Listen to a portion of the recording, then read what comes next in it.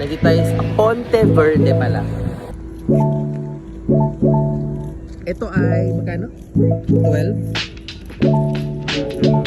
Nasa 12k per square meters. Tapos ang cut niya 120. Tama ba? Nasa 12k per square. Nasa 120 yung cut. So mga 1.2.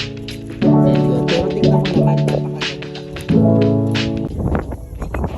May linya na ng tubig. Ang ganda. Ang ganda nito. Sa side na to, overlooking mo yung Laguna.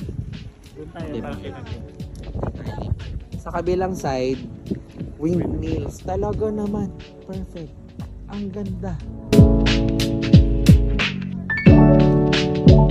Ayan na ang Laguna, diba?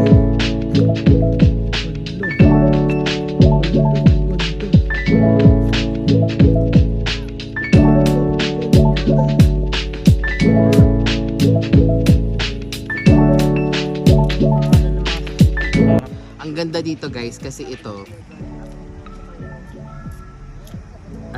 windmill.